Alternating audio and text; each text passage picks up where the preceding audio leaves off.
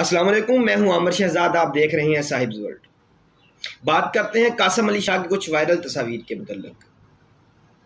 ادب کی بات ہے ورنہ سوچو تو منیر، جو شخص سن رہا ہے وہ بول بھی تو سکتا ہے۔ جناب علی وقار، جو تصاویر قاسم علی شاہ کی وائرل ہوئی ہیں ان کا قصہ آپ کی نظر کرتا ہوں کہ اچھوں کو برا کہنے کی روایت صدیوں پرانی ہے اور اس کے پیچھے حسد کار فرما ہوتا ہے یا پھر جہالت۔ قائد اعظم محمد علی جناح کو نہیں چھوڑا گیا، علامہ اقبال کو کفر کے فتوے دیے گئے، بے نظیر کو پہلی دفعہ ووٹ ڈالنے والوں کا نکاح منسوخ کر دیا گیا، انسانی خدمت کو لادینیت سے تعبیر کیا گیا اور عیدی صاحب کو بدنام کیا گیا اور حضرت مریم پر الزامات لگائے گئے۔ کس ہستی کی بات کروں اور کس ہستی کی بات کرتے ہوئے شرماؤں؟ ہم لوگ ادھر ہی جنت اور دوزخ دینے پر تلے ہوئے ہیں۔ کوئی بندوں کی خدمت کا بیڑا اٹھائے تو صحیح، پھر دیکھو کیسی گالی پڑتی ہے، کیسا الزام لگتا ہے، کون سی تہمت تھوپی جاتی ہے۔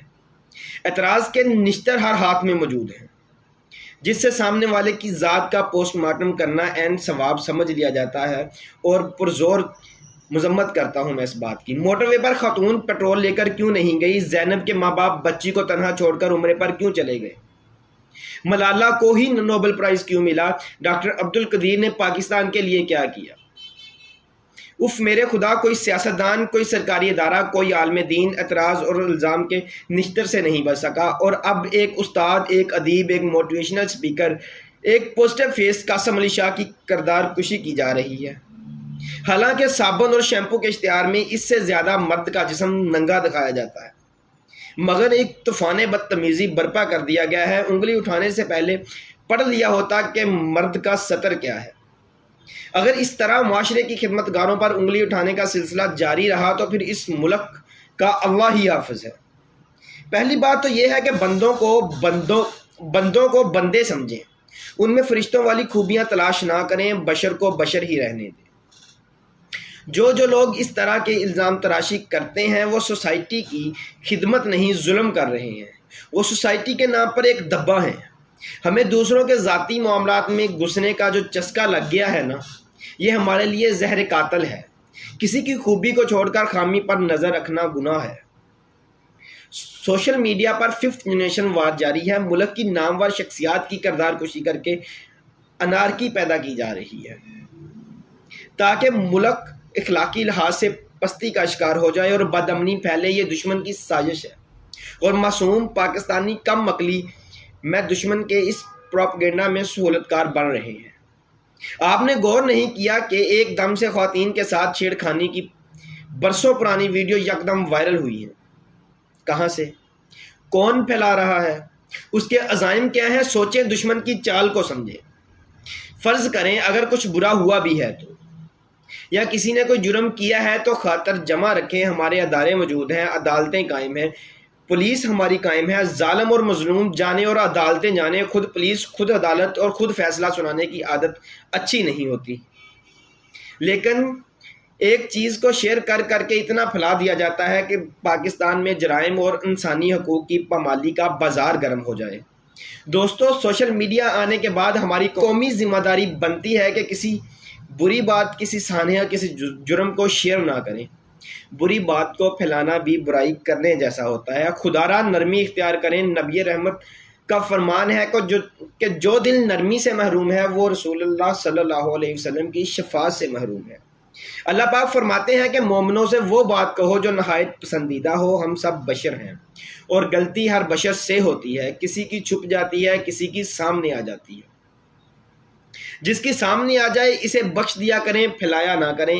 ایک لفظ ہوتا ہے معافی، خدا را معافی کا استعمال کریں۔ جیسے آج کل کورونا سے جان بچانے کے لیے ماسک کا استعمال کرتے ہیں تاکہ آپ کی سانس چلتی رہے، اسی طرح معافی کا استعمال کریں تاکہ معاشرے کی سانس چلتی رہے۔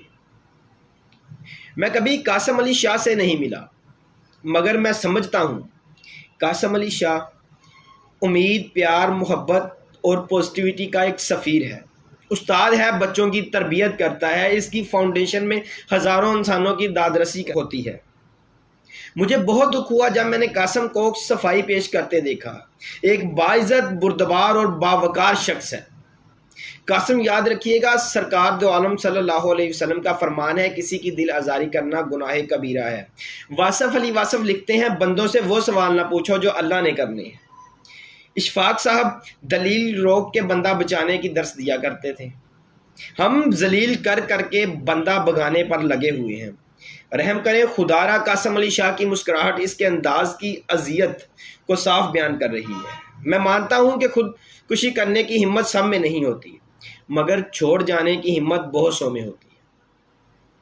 پاکستان میں خال خال لوگ رہ گئے ہیں جو محبت کی بات کرتے ہیں، جو محبت بانٹتے ہیں، زندگی کی آبیاری کرتے ہیں، پوزیٹیوٹی پھیلاتے ہیں۔ ان میں سے قاسم علی شاہ بھی شامل ہیں۔ اگر قاسم جیسے لوگ ہم سے روٹھ گئے تو پھر دیس کے اخلاقی زمین بنجر ہو جائے گی۔ دوستو، اخلاق کی بنجر زمین میں محبت، پیار، معافی اور امید نہیں ہوگا کرتی۔ شاہ جی، مجھے آپ پر یقین ہے، آواز سگاں کم نہ کند رزق گدارا، کوئی تم سے ہے پریشان ذرا دیکھ تو لو، ایسے ہوتے ہیں مسلمان ذرا دیکھ تو لو، کتنے ہی سخت کلامی نے تمہاری مارے، مت کرو ایسا میری جان ذرا دیکھ تو لو۔ جناب علی وقار، جو تصویریں وائرل ہوئی ہیں، آپ اپنے دل پر ہاتھ رکھ کر بتائیے، کیا آپ نے کبھی اپنی شرٹ کے بغیر، اپنی قمیض کے بغیر تصویر نہیں کھینچی؟ کیا آپ لوگ اپنے گھروں میں اپنی شرٹ کے بغیر نہیں پھرتے؟ قاسم علی شاہ کا کہنا ہے، اس کا وضاحتی بیان جو سامنے آیا ہے، وہ کہتے ہیں یہ میرے گھر کی تصویریں ہیں۔ ہمیں اس پر ہی یقین کر لینا چاہیے، مزید پروپیگنڈا نہیں کرنا چاہیے۔ مجھے بتائیں، جب ایک بندہ اپنی صفائی دینے پر اتر آتا ہے تو اس کے پاس کیا بچ جاتا ہے بتانے کو؟ ارے ہونا تو یہ چاہیے تھا، اگر اس کی کچھ تصاویر وائرل ہو بھی گئی تھیں ان کو چھپایا جاتا، اس کا پازیٹیو چہرہ ہی سامنے رکھا جاتا، مگر نہیں۔ ہمیں تو عادت ہے نا گند پر بیٹھنے کی، ہم وہ گندی مکھی ہیں جو ساری خوشبوئیں چھوڑ کر گند پر جا کے بیٹھتی ہیں۔ ہم کسی کو نہیں چھوڑتے، ہم نہ کسی عالم دین کو چھوڑتے ہیں، نہ کسی موٹیویشنل اسپیکر کو چھوڑتے ہیں۔ ہم خود کچھ کرنے کے قابل نہیں ہیں اور لوگوں پر انگلیاں اٹھاتے ہیں۔ وہ شعر یاد آ گیا، انگلیاں میری وفا پر نہ اٹھاؤ لوگوں، جس کو شک ہے مجھ سے نبھا کر دیکھے۔ اور میں قاسم